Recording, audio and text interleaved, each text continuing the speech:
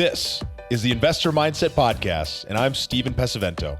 And for as long as I can remember, I've been obsessed with understanding how we can think better, how we can be better, and how we can do better.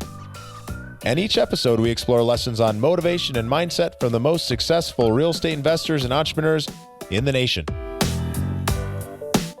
All right, guys, welcome back to the Investor Mindset Podcast. I am very, very excited and honored to have Kathy Fettke in the studio today. How you doing, Kathy? I'm doing great. How are you? I am doing awesome. I'm doing really good. I'm really excited to have you because Kathy is a nationally known expert, author, and frequent guest expert on media like CNN, CNBC, Fox, NPR, and so many more. She specializes in teaching people how to build multi-million-dollar real estate portfolios through creative financing and planning. She's a developer. She's working with doing so many cool things, but she's learned firsthand the emotional toll that highs and lows of the real estate cycle bring to us. Woo, and, yeah. So she's built the Real Wealth Network around bringing people together to help educate them on real estate so they can do it the right way. Yes. Wow, you got that. That's it. Are you ready to jump into this? Absolutely. So you've been able to help thousands and thousands of people, get started in real estate, get their life, on track to live in financial freedom. And I know a little bit about your story. And I know that, in my eyes, I think, hey, this woman, she's hit some serious success. She's living the good life. But why don't we take a look back, kind of what events or influences from your childhood shaped you are today? Oh, such a good question. And I just grew up in a great family. I have 4 other siblings and a mom and dad who stayed married. And my dad was a dentist, but he had 5 kids. So we never lived a life of physical wealth. There were too many of us, too many colleges to pay for. Yeah. So we never had a fancy car. We never really had a fancy house, but we had each other. And I really learned, to me, what matters most is creating a life that you love. Whatever that looks like. It doesn't necessarily have to do with money itself, but money can help you create that life that you want. It's just too often people haven't really defined what a great life means to them. Yeah, way too often people don't really know what purpose they're doing all this stuff for. And then they get kind of to the end of the road and they're like, well, wait, what the heck? This is all there is? And it's because they were going down a road, but they didn't really know why they were going down it.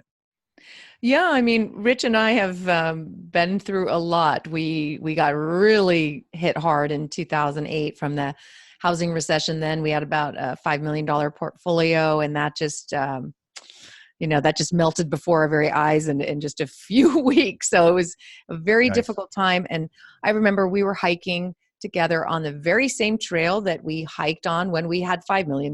It was nothing had changed, and he was still my husband, and we still have our beautiful children. And it was just this awareness of nothing's really changed. We'd still be doing this hike with each other. And he said to me, now that we've lost everything, well, now we can go on that surf trip. Just get in a van and go surfing.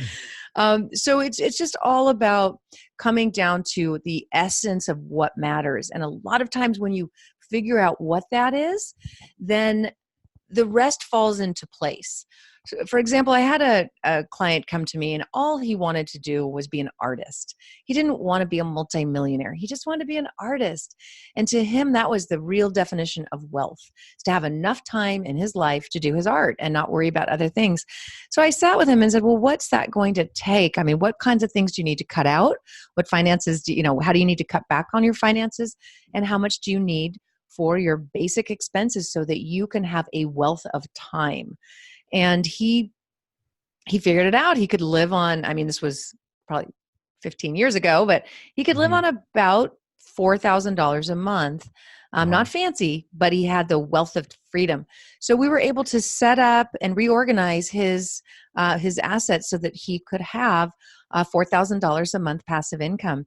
And he was able to attain that and achieve that goal of his of pure bliss and happiness on what others might think, well, that's not that much money.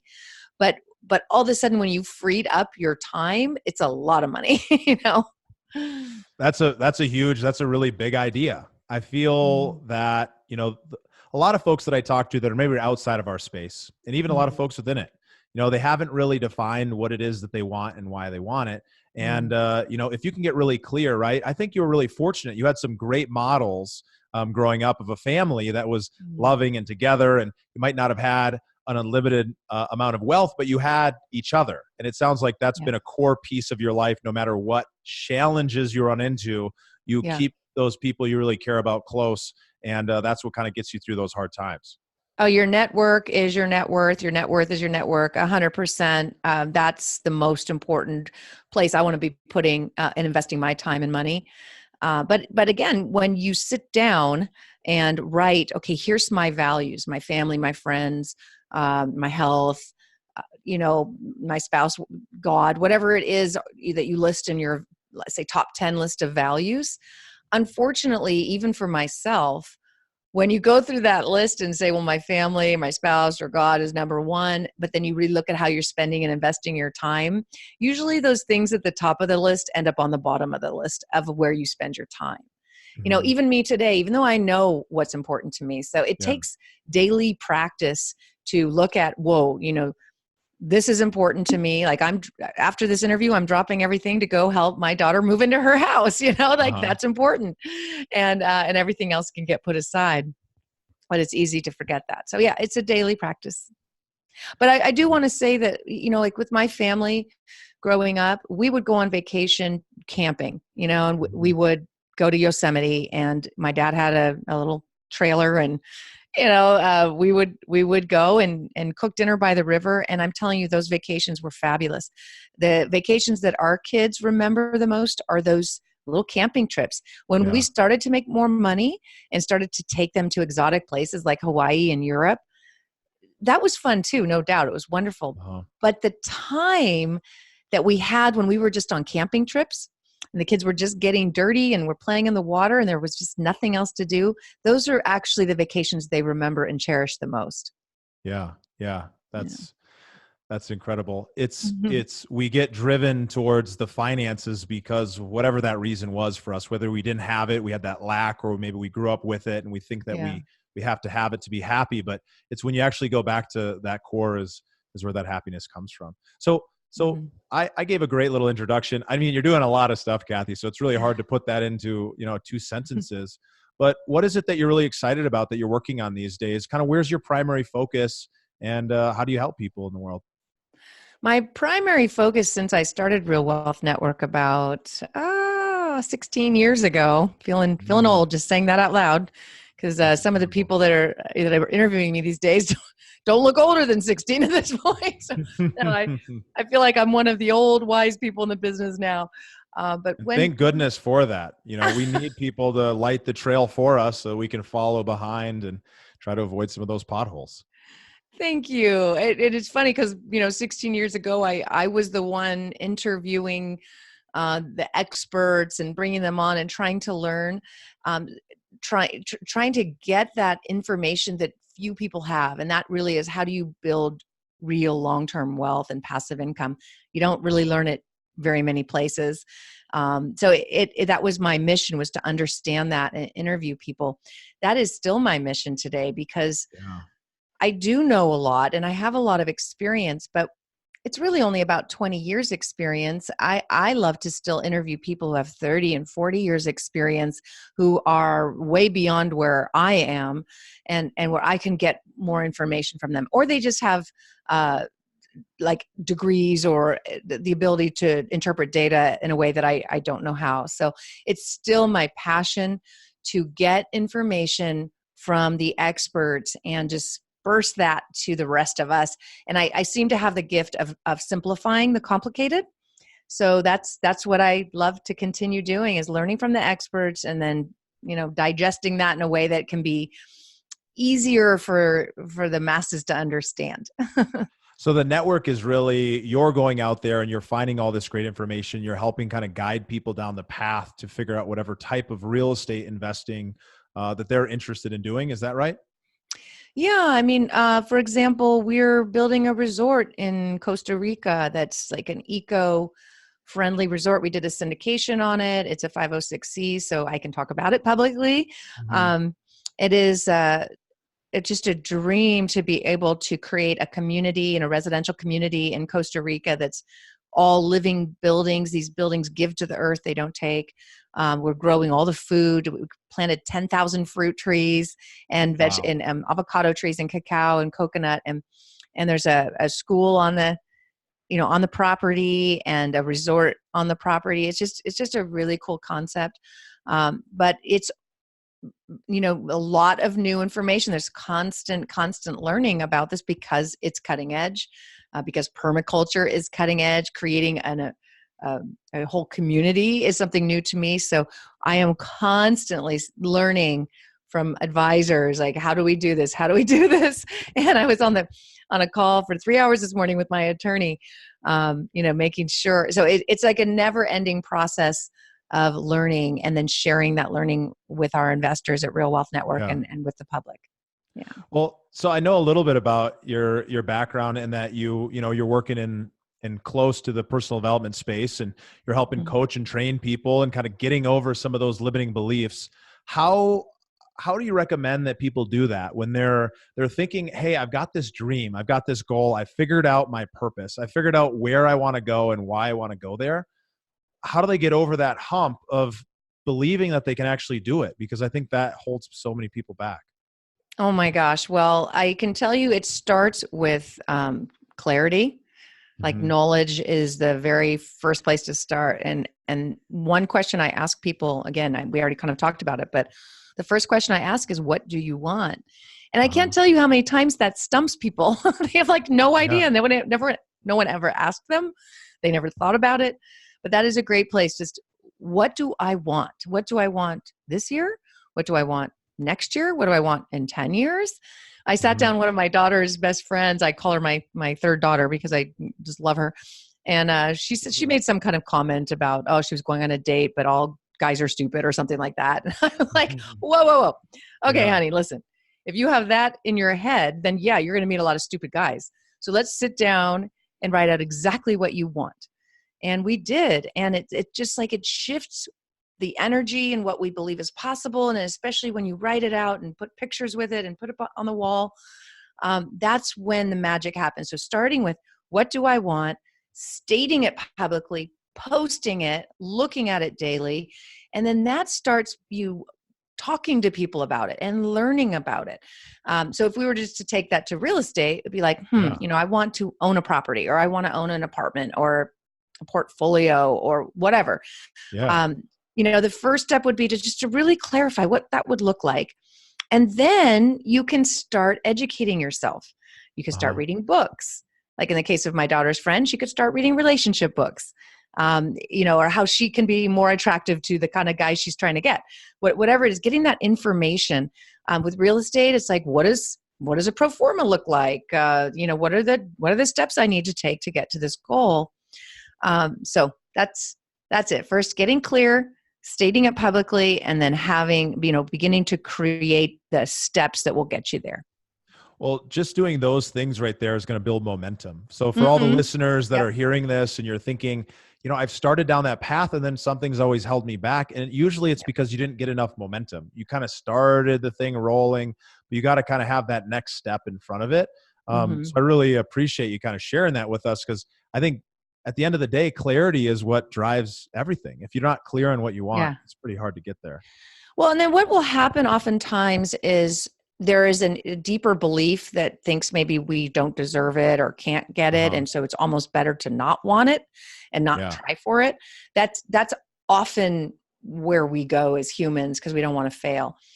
So I had to, before becoming a real estate, I guess, I don't know how to say it. We own a lot of real estate holdings now. 20 years ago, I couldn't see that. That wasn't in my consciousness. I was very much in a lack kind of consciousness. So I had to shift what was true for me, because like I said, I grew up in a beautiful family, but we didn't understand money. And my dad wasn't the greatest investor. I love him. He's in heaven. He's hearing me now, but was not the greatest investor. So I didn't know money. And it was something foreign to me and almost like not okay for me to have in my consciousness.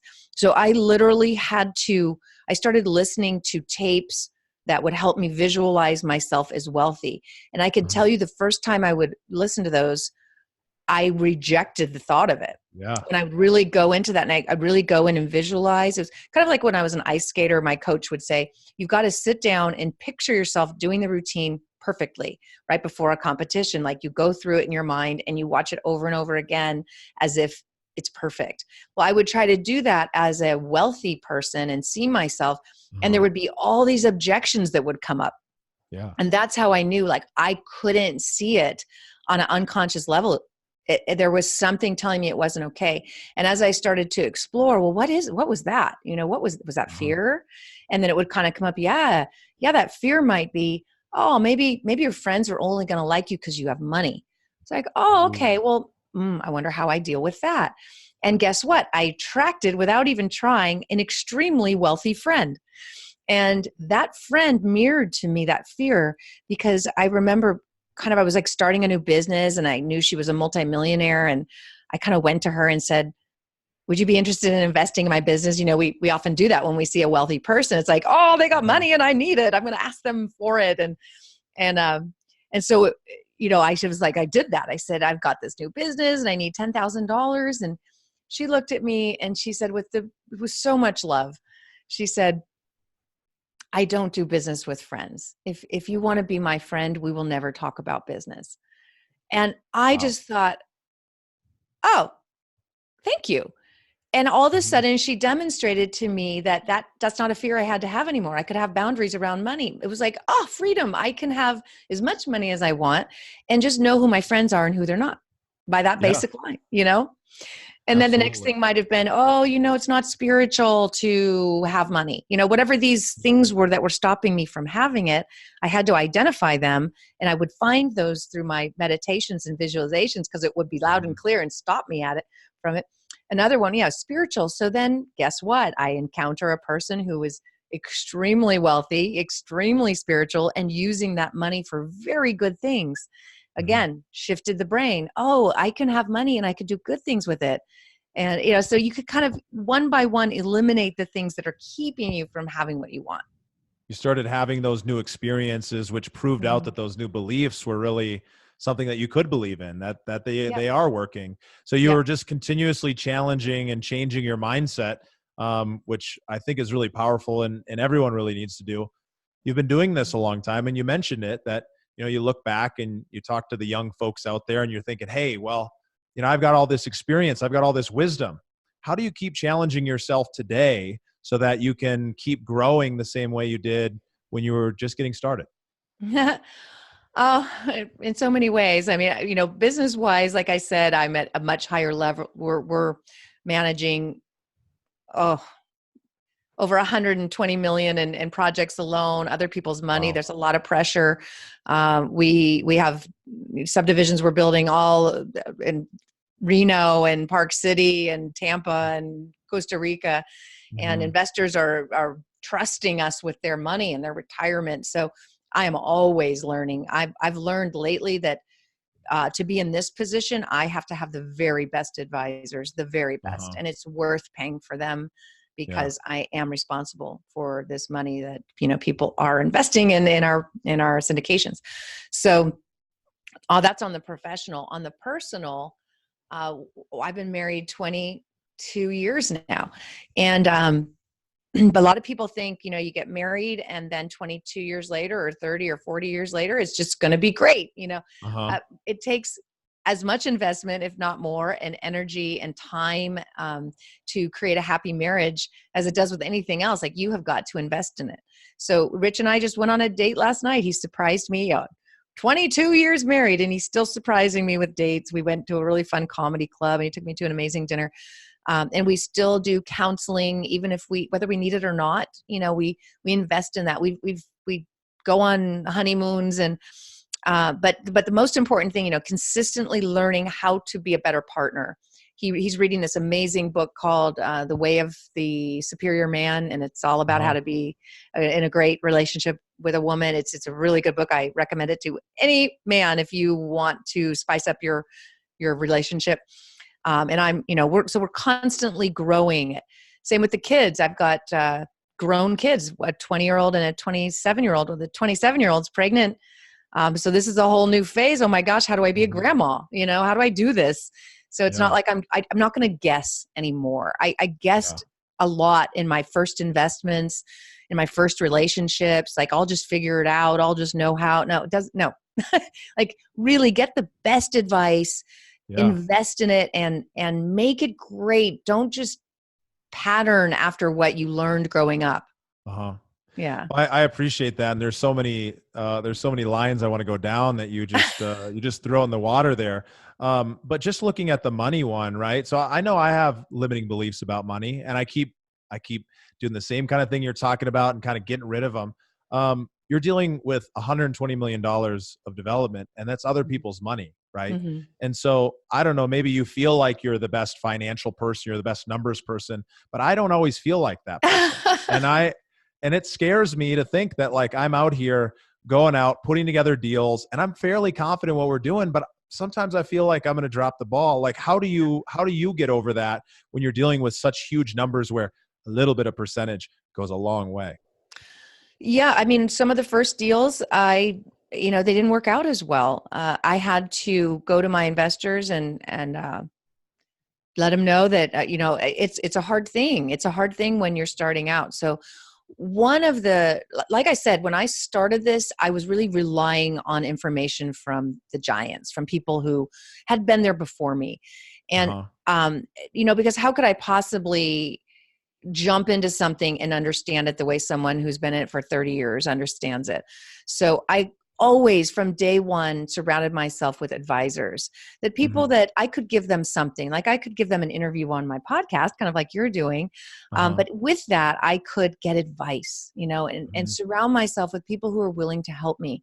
And that's how it is still today. When we are doing these subdivisions, I'm not bringing in someone who's building homes for the first time. I mean, these partners of ours have been doing it for 30 or 40 years. And I'm not bringing in my cousin who does accounting work. I'm bringing in the highest level accounting firm because, I don't know numbers either, but I'm going to bring in the people who do, and the best people who do. And the same with the asset protection. Like, I'm not just going to bring in some attorney who's, just recently been licensed in real estate. I'm going to bring in the best syndication attorney and the best real estate. Now, these people aren't cheap. But that just has to be part of the deal. When we write up the numbers, there's a large chunk that's set aside for accounting and legal and support. So you that doesn't have to come out of pocket, but it does have to, the project needs to be lucrative enough that you can afford to hire the best. So all those people who feel like they have some kind of limitation, really the takeaway here is that you can fill that limitation with some great advisors. And how do you go about finding the great people? Because, you go to some event and you talk to somebody and people sound good, and then they don't really deliver. Well, listen, you can go and learn and make mistakes all day long if it's your own money. Exactly. But and that's what you should be doing. I go out and learn and, try things out on a small deal. And then you start to test your network. Or, these advisors. I had some really poor advisors in the beginning. I had an attorney that, he was too busy, or he didn't specialize in that thing. So, again, if you're using your own money, then you can afford to make a few mistakes. When you're raising other people's money, then you've just got to make sure you understand the deal inside and out. And if you don't, that you've got somebody on your team who does. And that person has maybe worked with these advisors before successfully. And that's kind of how we found our current attorney and our current CPA firm. Somebody else who's done a lot of successful syndications recommended their attorney, so referral is great, but only take your referrals from people who deserve to give them to, who have a track record. Only listen to the folks who have actually done what you're asking for that referral. Exactly.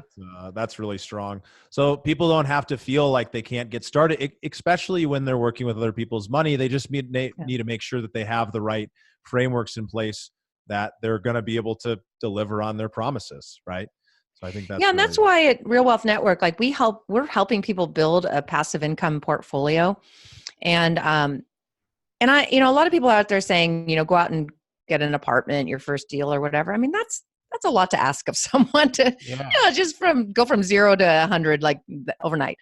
Yeah. I always tell people, just get a few single family rentals or 1 to 4 Mhm. units. Just start small. There's so much to learn just in that process. And then you become a landlord, and then you learn, the financing process and the Yeah. inspection process and the appraisal process, and go down the checklist, and just, working with property managers. That's, just get your feet wet.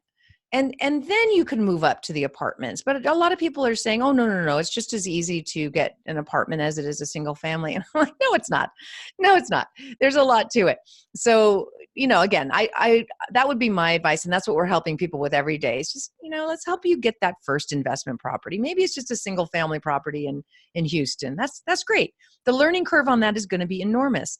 Then your next one can maybe be a 4 unit, and then an 8 unit, and then and so forth. So You're really don't feel like you building have to take a giant leap. Well, and you're really building that little feedback loop where you're able to, I'm going to try this thing out. I'm going to get into the game. I'm going to Hmm. experience it. I'm going to see that it worked or it didn't work. And I'm going to understand why rather than just going real big. Yeah. So I think you touched on something a few minutes ago, and it's really important. And I don't think enough people really dig into it, especially in our space. And it's that you have this amazing foundation, this incredible family around you. You have this support staff of loving people, or not support staff. You have this, supporting home of loving Mhm. people that you get to share all these moments with. Like, Yeah. you've been married for a really long time. That's Yeah. incredible. And I always love to look at models. What advice would you give somebody or advice you would give to yourself earlier on in your life about what it takes to, make it 22 years and make it great? I have a great partner. I have just the best husband. But one of the things that he's constantly saying is, when we get better, everything else gets better. And I think I just learned from him. I think I kind of knew it anyway, but again, the better we get, the more attractive we become, the more people love us, and the more we love Uh-huh. ourselves.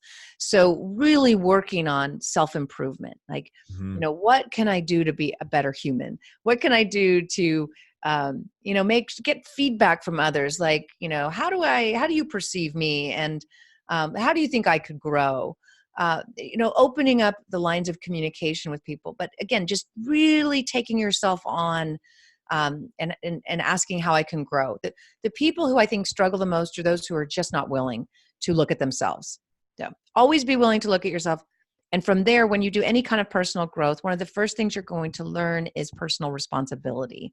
Mm. So when you understand that your life is a complete reflection of choices you've made, not somebody else or what somebody else did to you, or Uh-huh. that where you are today is a direct result of choices you've made. That sounds difficult because a lot of people might say, I didn't choose this breakup or this Uh-huh. terrible thing that happened to me. But when you can sort of flip it around to, I'm in charge of how Mhm. I deal with it. I've chosen to forgive that person, or I've Yeah. chosen to take these steps forward. Then the whole world changes to, no, you're in control. You're in Yeah. control. And that means if you're in control, you can do anything. So, yeah, just kind of Yeah. coming back to personal responsibility. Every thought I have creates my future. So I better control my thoughts. Yeah. Yeah. Especially for an amazing relationship and for an amazing Mhm. business. And it's so Yeah. clear why you've hit success by my definition. But I'm really curious is, how do you define success? What is success to Mm. you? It is a struggle I've had of being confused about it because, when we built a multi-million dollar portfolio and then lost it and then built it back even bigger, a lot of times when people ask me that, I'll be like, hey, look at us. We have 42,000 investors. We're managing, all this stuff. It's amazing. Aren't I successful? Mhm. When the fires hit Malibu, and we in one evening thought, oh my gosh, there it all goes. Our Mhm. house, we're everything in it is gone just like that. There was this moment of realization of, wow, that's actually okay. I don't think I'm even going to miss it. It's not about any of that. So Wow. true success. I mean, I was with my husband. My family was safe. We were healthy. That's all that matters. It's like it burned all around, but not our property, which is amazing. But Wow. there was a moment where we just really didn't know, and it didn't matter because that's not where we were investing our heart. It's investing in the things that matter most, which is for me, my husband, my children, my family, our employees, even more than the business. The business is great, but it's the employees I care about the most, and then our investors that I just love. So, just again, looking. So how I define success is, am I truly happy and am I truly proud of who I am and the impact I've made in this world? And if I asked you, I think I know the answer, but do you feel like you're there? Do you feel like you're successful? I feel like I'm always a work in progress. But yes, I am very proud of the fact that I have two daughters that tell me everything. Like sometimes I have to put my fingers in my ears and say, I don't want to hear it. Yeah. That's too much for mama. But they, they tell me everything, and they consider me to be their best friend in a world where a lot of their friends don't tell their parents anything and they're not close at all. So that's heartbreaking to me. I can't imagine raising children that aren't my best friends, and that I'm best friends with my husband. I guess I got a lot of best friends, but it's like, good. That feels good. That feels like success to me. Yeah. Well, I mean, you're a typical achiever, right? You've got this incredible life and you're like, I'm successful, but there's always a little bit more, right? So There's always a little more. Yeah. Like I'm really trying to keep with this diet, and that has not worked. So working on that right now. Right? We all run into that. Well, speaking of, so what are some of your keystone habits, the things you do on a daily or weekly basis that help you live a great life? Well, normally a really intense workout on a daily, at least 5 times a week, is the way I handle stress. And I have not been as consistent with that. And I feel the effect. I feel things more, and I feel more stress. So I know I am at my best when I'm really working out. And I don't mean just a little workout. I mean like an intense one. And then my, waking up with no social, no phone, no nothing, just me in the morning, and quietness and meditation and prayer and great gratitude, some yoga. Like I said, the good hard workout, calling a person I love at least once a day. I'm going through my list of people I love and letting them know I'm thinking of them. Those are the things. Oh, and then eating well. When I eat clean and good healthy food, it's like a game changer for me. And not too much alcohol. It's just, the problem is I'm out so much and I'm wined and dined a lot these days. And so it takes a lot of self-control. And that's something that I've seen a lot with people who really attain a certain level of financial success. You have more thrown at you. It's just a bigger game. Like if you have ever struggled with a diet, wait till you have money. You're going to have your choice of food, So it's really great to make sure you understand your limit, I guess your boundaries, and have the discipline before you have money, because when you have money, then it just makes it a little more intense. There's just more at your disposal. Well, I've just written down a list of things to make sure that I'm doing on a daily basis so that I can be successful like Kathy. So thank you so much for that. And hopefully all the listeners took a moment and took something in right there. So we made it to my favorite part of the show, the growth rapid fire round, where the questions are quick, but the answers don't need to be. So tell us, what's a book that's impacted your life the most, or one you're excited about right now? A book that really helped change my mindset was The Science of Getting Rich. Really good. That shifted everything for me. And what was it about that book that made that shift? I think it was the belief that, or like a different way, a different perspective on money. And that when I had thought it was the root of all evil, I learned from that book that it's just an energy. It's just something you can direct. So money is not evil or good or anything. It's what you do with it.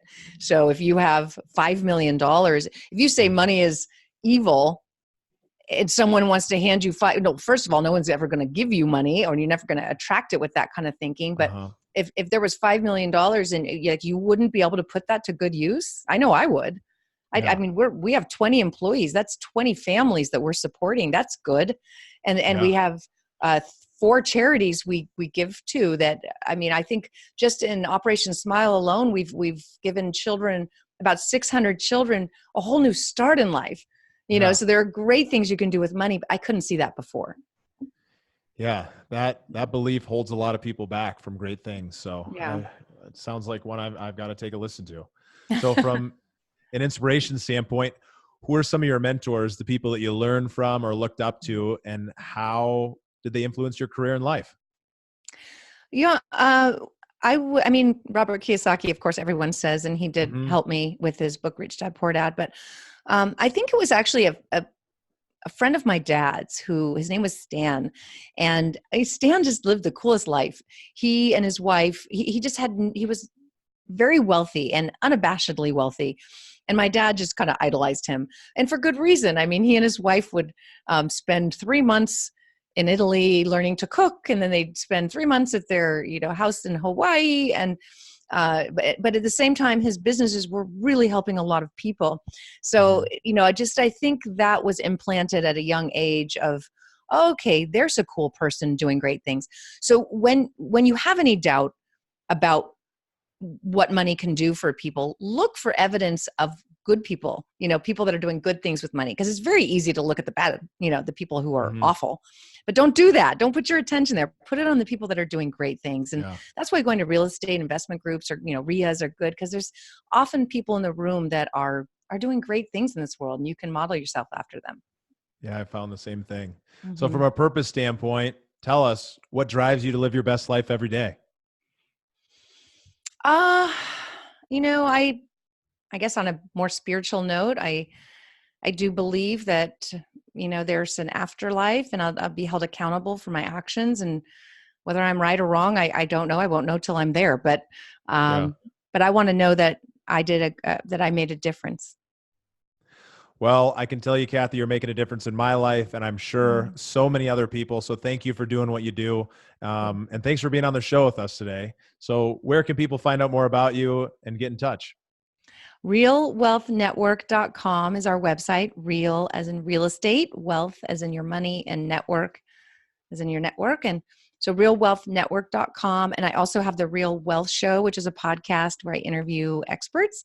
And Real Estate News is a podcast I have it's a 7-minute a day news story that kind of keeps you on top of what's going on.